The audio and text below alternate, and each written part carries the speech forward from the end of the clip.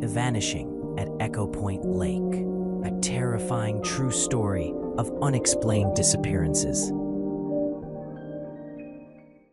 Hey there, fellow seekers of the unknown. Before we begin tonight's story, I want you to get comfortable. Maybe dim your lights a bit. There's something about the darkness that makes these true tales come alive in our minds, don't you think? What I'm about to share with you isn't folklore or urban legend. It's documented history that few have pieced together. I've spent months researching this case, speaking with locals, reviewing old newspapers, and even visiting the locations involved. This investigation led me down paths I never expected to travel. Some nights while working on this story, I found myself glancing over my shoulder, feeling watched in my own home. Perhaps after hearing it, you'll understand why. This is a story about what people encounter extraordinary circumstances and how thin the veil between the known and unknown truly is. So take a deep breath.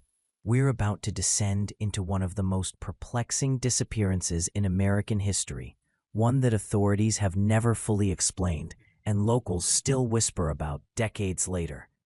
This is the Vanishing at Echo Point, and I promise you, every word is true.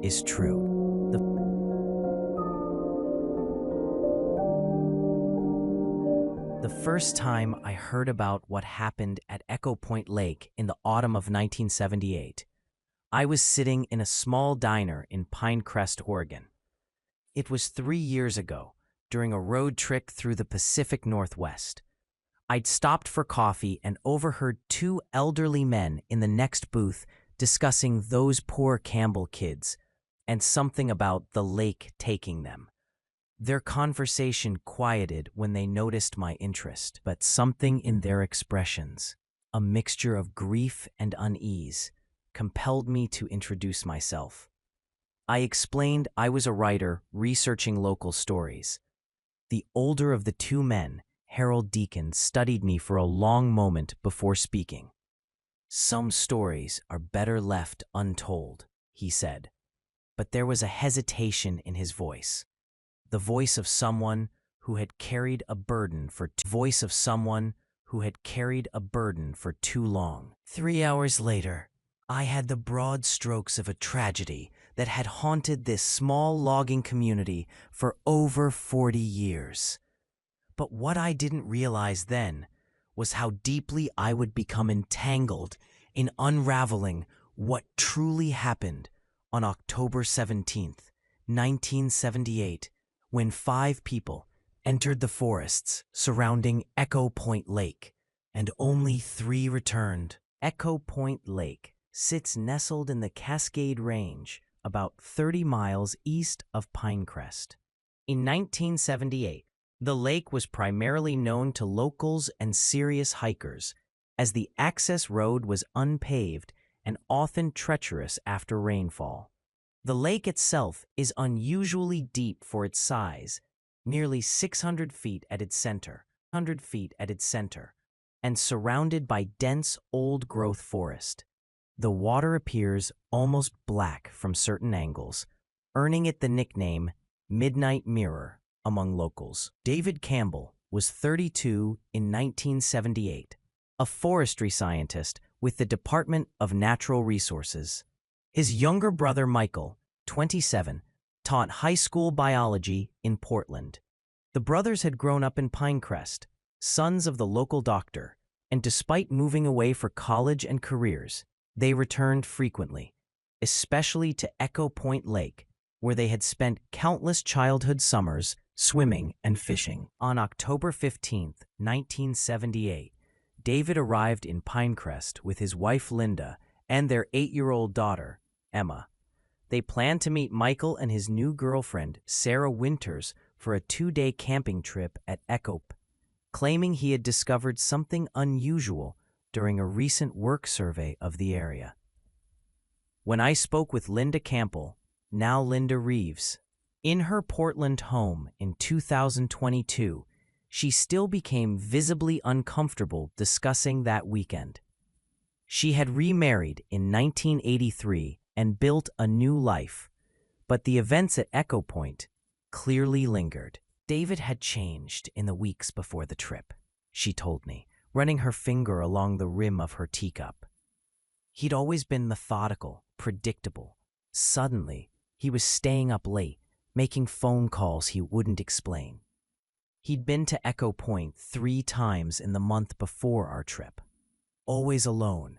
When I asked why, he said it was work-related, but the DNR had no record of assigning him to that area when I checked later. The day before they left for Pinecrest. Linda found David in their garage, packing unusual equipment, electromagnetic field detectors, specialized recording equipment, and a military-grade compass. When questioned, he explained they were standard forestry tools, but Linda, daughter of a surveyor, knew better. He was lying to me, she said simply. After 12 years of marriage, I knew when David was lying. Michael Campbell's girlfriend, Sarah Winters, left the most detailed account of the trip's beginning. Her journal, which she had been keeping since college, was recovered with her possessions and eventually released to her parents. Sarah, a photographer and journalism student at Portland State University, had documented the journey with both words and images. I was granted access to these materials by her brother, Thomas Winters, who still lives in Oregon. Sarah's journal entry from October 15th reads, "The drive to Pinecrest was stunning, fall colors at their peak. Michael pointed out landmarks from his childhood along the way. He seems nervous about me meeting his family, especially his brother. Apparently, David can be intense." We arrived at the Campbell family home around 4 p.m. David, Linda, and their daughter were already there. First impressions. Linda is warm, immediately offered tea, and made me feel welcome. Emma is shy but curious, kept peering at me from behind her mother. David is exactly as Michael described, intense. He barely acknowledged my presence, seemed distracted throughout dinner, constantly checking his watch. There's tension between the brothers. Michael tried to discuss changing our campsite to Clearwater Lake instead, apparently better fishing, and David nearly shouted him down. "It has to be Echo Point," he insisted. When Michael pressed for a reason, David said something odd. "The conditions are only right at Echo Point, and only this week." No explanation of what conditions he meant. "We're leaving for Echo Point at dawn tomorrow. David has packed enough equipment for a military expedition." Michael is concerned, but trying not to show it. I'm excited, but also picking up on the strange undercurrents. We'll try to capture some of the family dynamics in photos tomorrow. The next morning, October 16th, the group departed in 2 vehicles, David's Land Rover and Michael's Toyota pickup. The drive to Echo Point took nearly 2 hours, the last 7 miles on a rough Forest Service road. Sarah's photographs from this part of the journey show stunning autumn scenery. Mist rising from valleys dense with pines, mountains in the distance, and occasional shots of Michael driving, his expression thoughtful. The final photo in this sequence shows the Campbell brothers standing beside Echo Point Lake, with its dark waters reflecting the surrounding trees. David is pointing toward the far shore, his face animated in a way that, according to Linda, had become rare in the preceding months.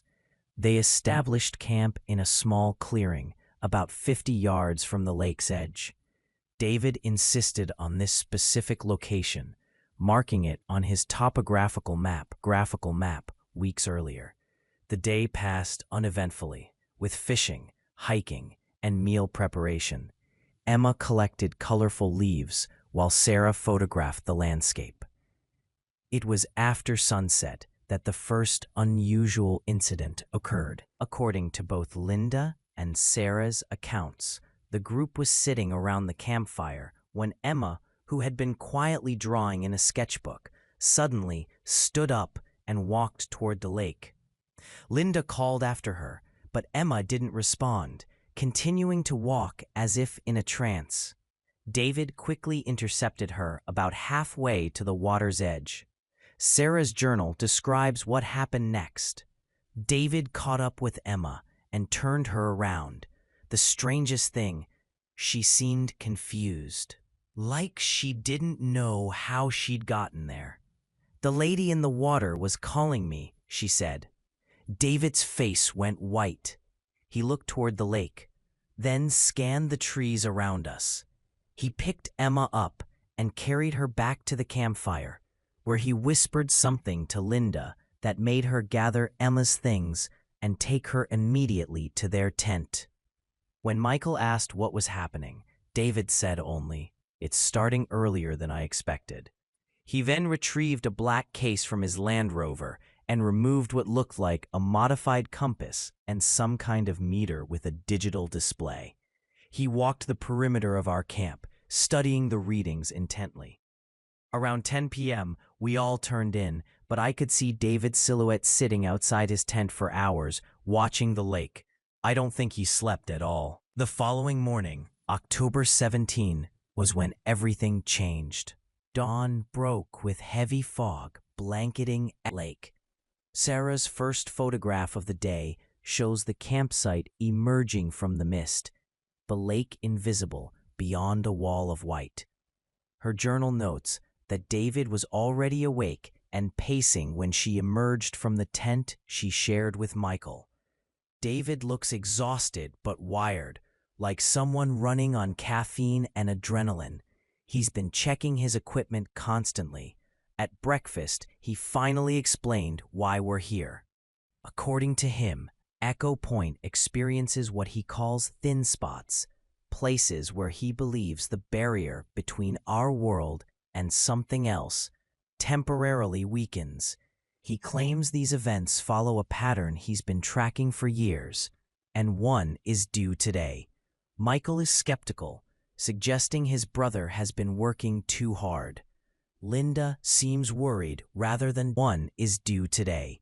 Michael is skeptical, suggesting his brother has been working too hard. Linda seems worried rather than doubtful, watching David with concern. I'm not sure. After breakfast, David announced we need to hike to a specific location on the far side of the lake. Linda suggested she stay at camp with Emma, but David insisted we all go, saying it was safer to stay together today.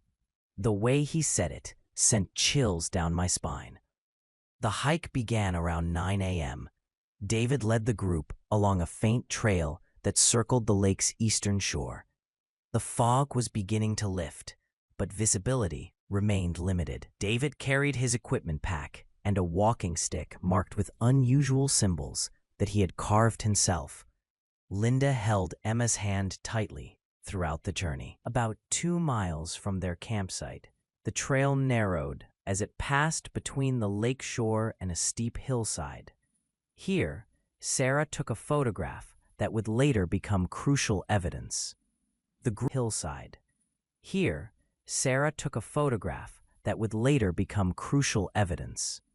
The group walking single file along the path, with David in the lead, followed by Emma, Linda, Michael, and Sarah at the rear. The timestamp on the camera indicates it was 10:17 a.m. It was the last photograph on that roll of film. When Sarah loaded a new roll 20 minutes later, Michael was no longer with the group. According to statements given by both Linda and Sarah to the Pinecrest Sheriff's Department, they reached a point where the trail temporarily divided, one path continuing along the lakeshore, another ascending the hillside before rejoining the main trail a quarter-mile ahead. David, without explanation, chose the hillside path. As they climbed, Linda noticed Michael was no longer behind them. Linda called out to him, assuming he had stopped to rest or photograph something. When there was no response, David ordered the group to continue forward while he backtracked to find his brother. He instructed them to wait at the point where the paths rejoined. Linda, Emma, and Sarah waited for approximately 40 minutes. During this time, Sarah reported hearing what she described as a low humming sound coming from the direction of the lake. Though neither Linda nor Emma mentioned this in their statements, as the waiting continued, Emma became increasingly agitated, repeatedly saying she could hear the lady singing again. When David finally returned, he was alone and visibly shaken. According to both women, he claimed he couldn't find Michael anywhere along the trail. More disturbing was his insistence. According to both women, he claimed he couldn't find Michael anywhere along the trail. More disturbing was his insistence that there were no footprints or signs of his brother, despite the muddy conditions of the path. David immediately led the remaining group at a rapid pace toward their original destination, a small peninsula jutting into the lake. Linda described his behavior as frantic and obsessive, ignoring her questions about Michael and repeatedly checking his compass and watch. They reached the peninsula around noon. The fog had lifted substantially, revealing a clear view across the lake. The peninsula itself was unusual, a flat, roughly circular area about 30 feet in diameter, almost entirely surrounded by water, with just a narrow strip of land connecting its trunk gnarled and twisted. Sarah's journal entry, written later that evening, describes what happened next. David positioned us precisely on the peninsula, Linda and Emma near the tree, me at the edge facing south. He set up his equipment in the center, the compass, an EMF detector, and a tape recorder. The air felt different there, heavier, like before a thunderstorm. Emma was unusually quiet, staring into the water.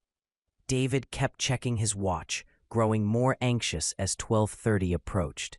He told us that whatever happened, we must remain exactly where he placed us.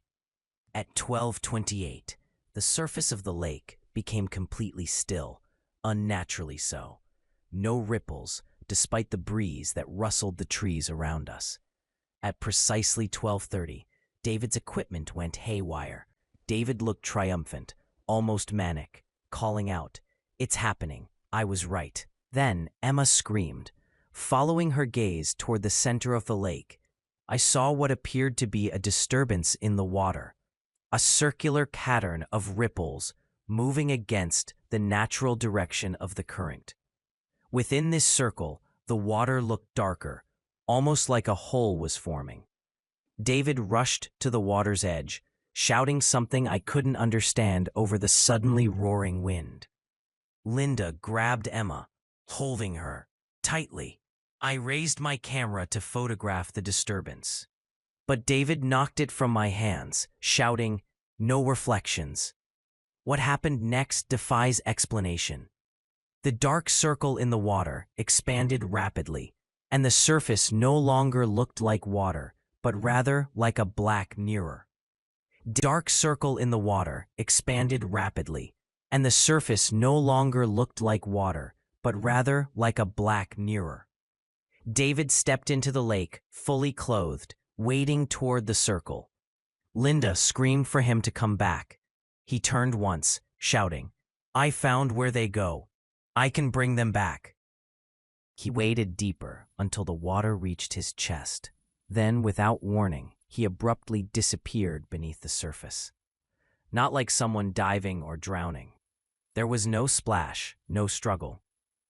One moment he was there, the next gone, as if pulled under by an invisible force. Linda, still clutching Emma, ran to the water's edge, screaming David's name. I tried to hold her back, but she broke free, wading into the lake with Emma in her arms. I followed. The water was ice cold, numbing my legs instantly. I was about 10 feet from shore when I heard Emma shout, The lady is coming. I turned to see what she was looking at, and that's when I saw it. A figure, rising from the center of the dark circle, not fully emerging, just visible from the shoulders up.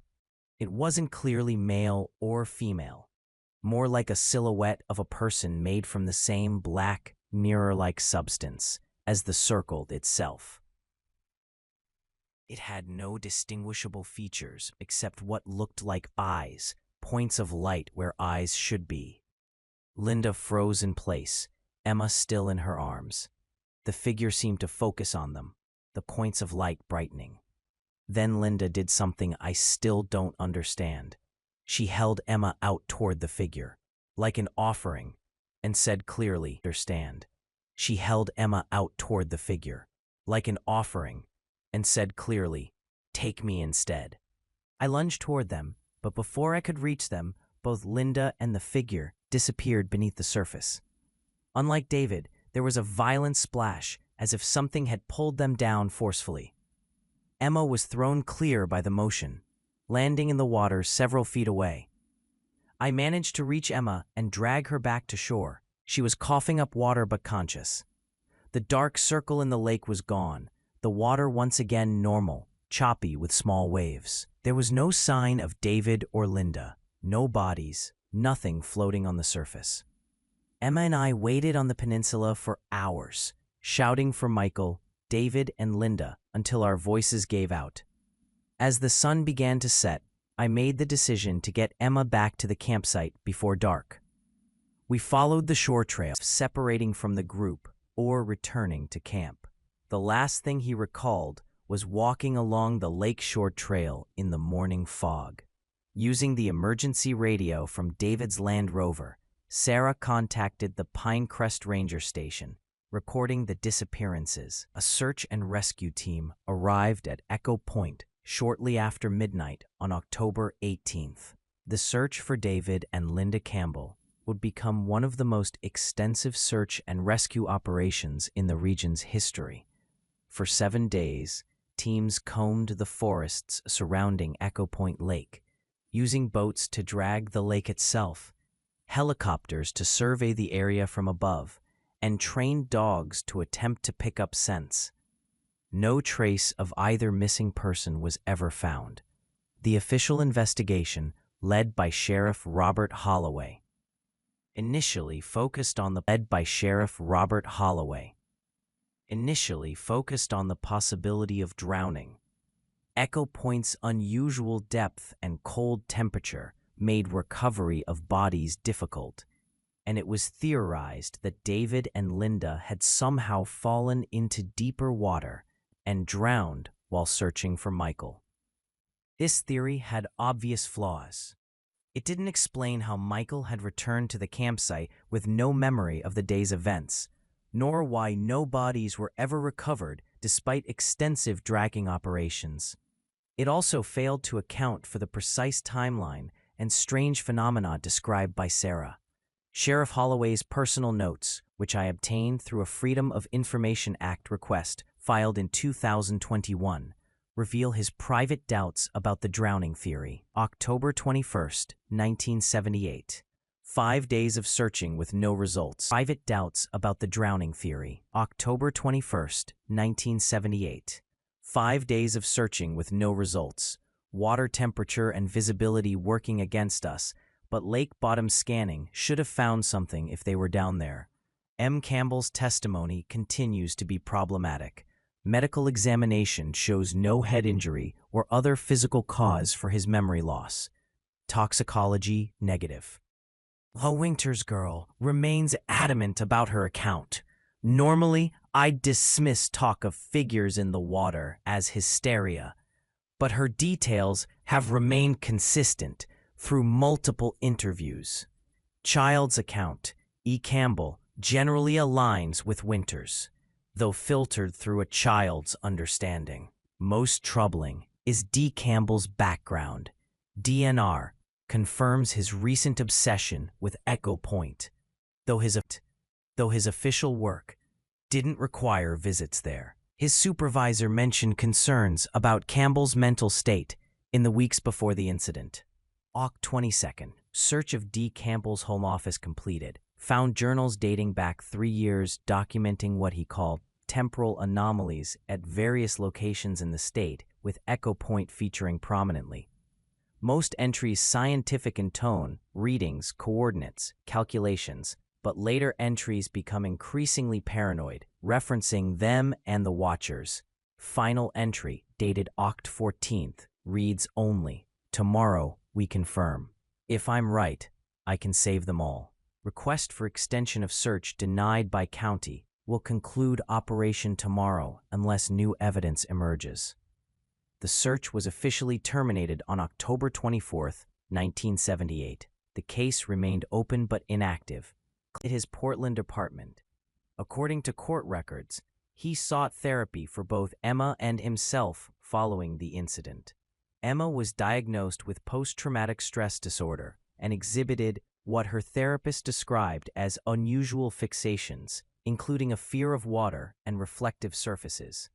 Sarah Winters ended her relationship with Michael shortly after the incident, citing his refusal to acknowledge the inexplicable nature of what had occurred.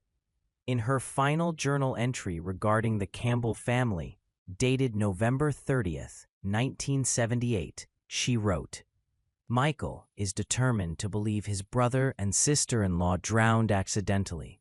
He dismisses my account and even Emma's.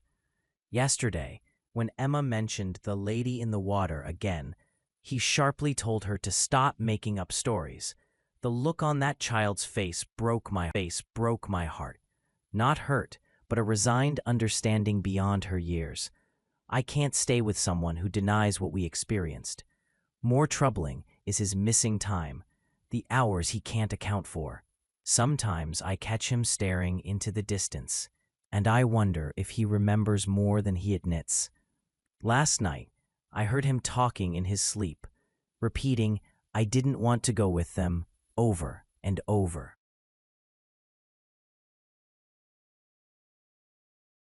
I'm leaving Portland next week. I've been accepted for a photojournalism position in Chicago. I need distance from Echo Point, from Oregon, from all of it. But I know with absolute certainty that whatever happened that day wasn't natural. I saw something impossible, and no matter how far I go, that knowledge comes with me. Sarah Winters, I saw something impossible, and no matter how far I go, that knowledge comes with me. Sarah Winters went on to have a successful career in photojournalism, never returning to Oregon until 2018. When I contacted her as part of my research, she declined to meet in person but agreed to a phone interview, during which she confirmed her original account had not changed.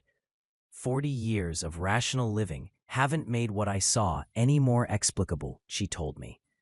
I've photographed war zones and natural disasters, but nothing has ever haunted me like that day at Echo Point.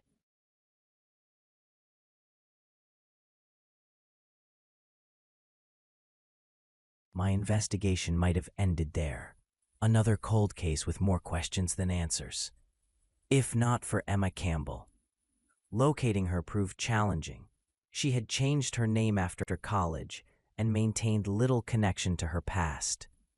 When I finally found her teaching environmental science at a university in Northern California in 2022, I expected resistance to my inquiries. Instead, after verifying my research credentials, she invited me to her home, a modest cabin in the woods near the Oregon-California border. Now in her early 50s, Emma Campbell, who asked that I not use her adopted surname, had the composed demeanor of someone who had spent decades processing trauma. "I've been waiting for someone to ask the right questions," she said as we sat on her porch, surrounded by tall pines reminiscent of those at Echo Point. Most people who've looked into what happened focus only on my parents' disappearance. They miss the larger pattern. That pattern, as Emma explained, a recurring cycle of disappearances around Echo Point Lake, dating back to at least the 1920s. After Uncle Michael died in 2017, I inherited my father's research, Emma explained, leading me to a small office in her cabin. The walls were covered with maps, newspaper clippings, and photographs connected by red string, a physical representation of the connections David Campbell had begun making decades earlier.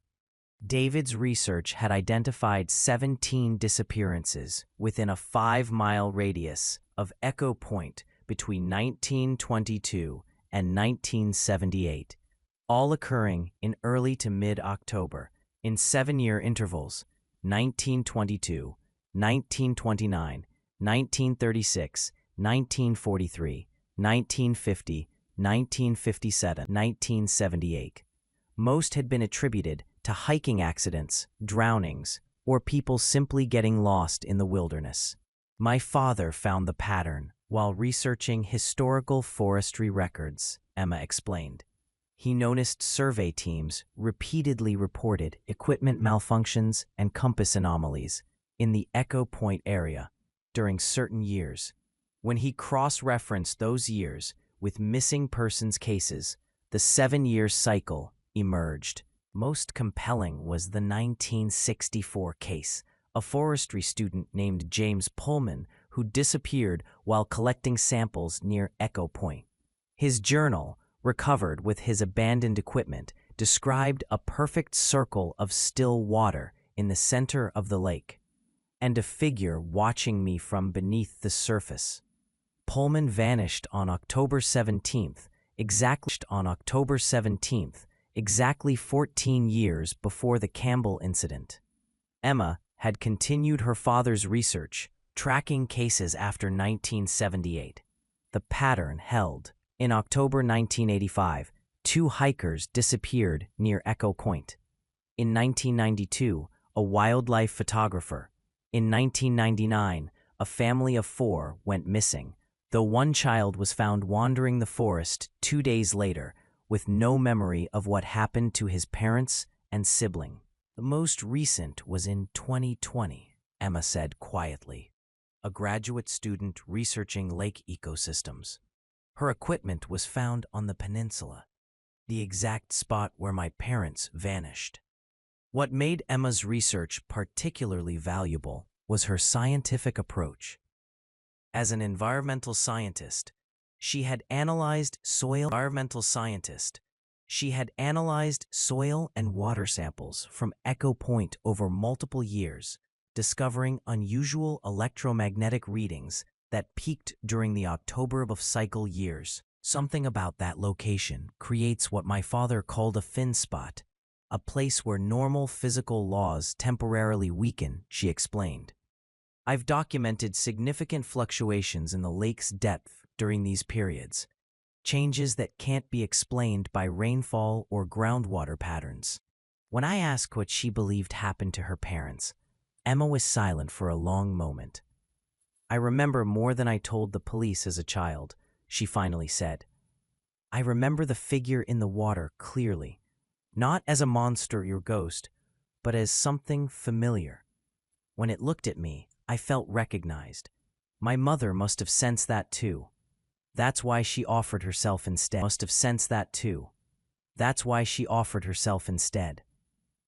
Emma opened a drawer and removed a small wooden box. Inside was a single photograph, the last one Sarah Winters had taken before her camera was knocked away. Despite the warnings about reflections, she had managed to capture one image of the lake during the event. The photograph showed the lake's surface, unnaturally still except for a perfect circle of darkness at its center. Upon close examination, something was visible within that darkness, a shadowy outline that resembled a human figure with 2 points of light where eyes would be. The next cycle is in 2027, Emma said, returning the photograph to its box. I'll be there on the peninsula on October 17th, not to investigate, but to finish what my father started. When I asked which determination to follow her parents into whatever lay beyond that dark circle in the lake, I spent the next several months cross-referencing her research, verifying disappearances, and analyzing the environmental data she had collected. Everything checked out. The 7-year pattern was real. The disappearances documented. The electromagnetic anomalies measurable. But science couldn't explain the figure in the water or the selective nature of the disappearances, why some were taken while others were spared. In August 2023, I returned to Pinecrest, intending to visit Echo Point myself. To my surprise, I discovered the access road had been permanently closed in 2021, officially due to environmental concerns and public safety. Forest Service maps had been updated to exclude trails leading to the lake, effectively removing it from public access. Through contacts developed during my investigation, I obtained internal Forest Service memos revealing the truth. Following the 2020 disappearance, federal authorities had quietly cordoned off Echo Point Lake. Remote monitoring equipment had been installed, and the area was now periodically patrolled by personnel from an unspecified government agency. One memo, dated December 2020, referenced continued anomalous activity and classified Echo Point as a Zone 3 temporal disturbance site. Another document mentioned similarities to other designated thin spots across North America, suggesting Echo Point was not unique, just one of several locations where whatever barrier separates our world from something else, occasionally weakens. In April 2024, I received an unexpected package from Emma Campbell. It contained copies of all her research, her father's journals, and a letter explaining she was making preparations for October 2027. Included was an unmarked USB drive containing a video file. The video showed Emma sitting at her desk, speaking directly to the camera. If you're viewing this, it means I've decided to trust you with the complete truth. What my father discovered, what I've spent my life understanding, goes beyond disappearances or anomalies. Echo Point is a doorway, one of several around the world that periodically open to somewhere else. The indigenous people of this region knew this. They called Echo Point the Lake of Return in their language, a place where the departed could sometimes come back, not as themselves, but as echoes, reflections caught between worlds. My father found references in tribal records to ceremonies performed at the lake every 7 years, rituals to close the doorway and prevent what they called the thin ones from crossing over. When settlers forced the tribes from their lands in the 1800s, these ceremonies stopped. The doorway began opening without anyone to close it. I believe my father didn't just disappear that day, he crossed over intentionally. His research suggests people taken by the lake don't die, they transition to somewhere else, and sometimes they try to come back. The figure in the water wasn't trying to take me, it was my grandmother. That's what he meant by I can bring them back. In 2027, I'm going to finish what he started, not just to find my parents, but to close the doorway permanently, using the ritual knowledge I've pieced together from what remains of the tribal records. If I don't return, this research needs to reach the right people. There are other doorways out there, other thin spots, and the barrier between worlds is getting thinner. The video ended with Emma providing coordinates for other suspected thin spots. Across North America, places with similar patterns of disappearances and electromagnetic anomalies. I've spent the past year investigating these locations, finding disturbing correlations with Emma's research. Each site has its own cycle, its own history of inexplicable events. Some are remote wilderness locations like Echo Point.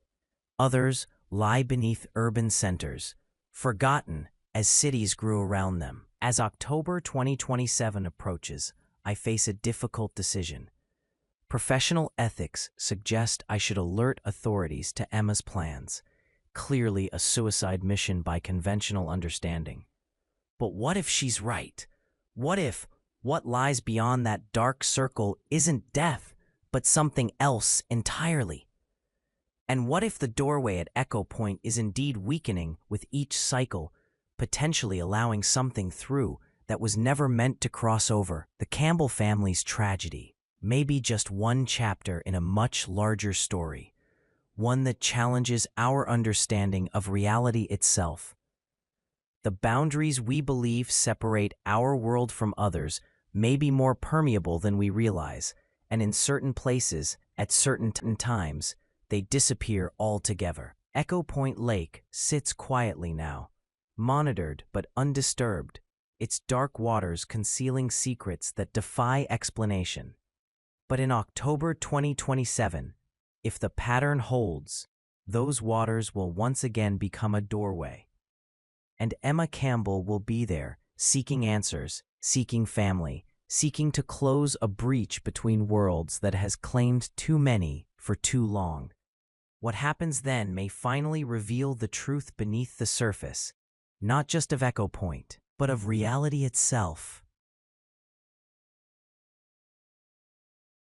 So there you have it, friends. The story of Echo Point Lake and the Campbell family tragedy. A case that remains unsolved to this day. As I mentioned at the beginning, I've spent years researching this story, tracking down witnesses and unsolved to this day. As I mentioned at the beginning, I've spent years researching this story, tracking down witnesses and visiting locations connected to these events. The closer we get to October 2025, the more I find myself thinking about Emma Campbell and her determined plan to confront whatever waits at Echo Point. What would you do if you were in my position? Would you try to stop her, join her, or simply document what happens from a safe distance? I'd absolutely love to hear your thoughts in the comments below. What do you think really happened to David and Linda Campbell that day? Do you believe in these thin spots where our world connects to something beyond understanding? If this story kept you on the edge of your seat, please consider subscribing to Darkling Fables for more true tales from the shadows of history.